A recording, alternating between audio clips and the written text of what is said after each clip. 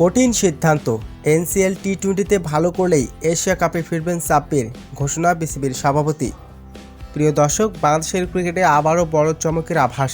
দীর্ঘদিন ধরে জাতীয় দলের বাইরে থাকা হার্ড হিটার ব্যাটসম্যান সাব্বির রহমানকে ঘিরে ভক্তদের মাঝে নতুন এক তৈরি হয়েছে উত্তেজনা।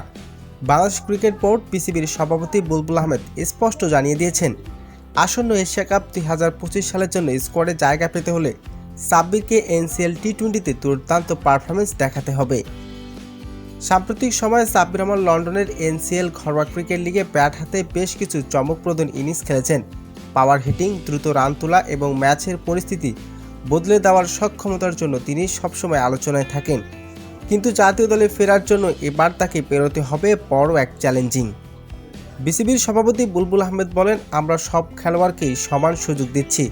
সাব্বিরের মতো অভিজ্ঞ ক্রিকেটার যদি এনসিএল টি-20তে ধারাবাহিক ভালো খেলেন তাহলে এশিয়া কাপে তাকে অবশ্যই বিবেচনা করা হবে। এখন সবকিছু নির্ভর করছে তার পারফরম্যান্সের উপর।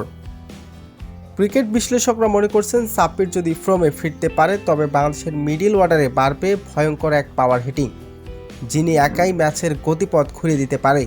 বিশেষ করে বড় মঞ্চের অভিজ্ঞতা, বিদেশি বোলারদের বিপক্ষে আত্মবিশ্বাস এবং মাঠের বাইরে অগ্রসর মানসিকতায় ব্যাটিং করে থাকেন hard hitter batsman Sabbir Rahman. Asia কাপের আগে এনসিএল টি-20তে হবে তার জন্য শেষ পরীক্ষার মঞ্চ।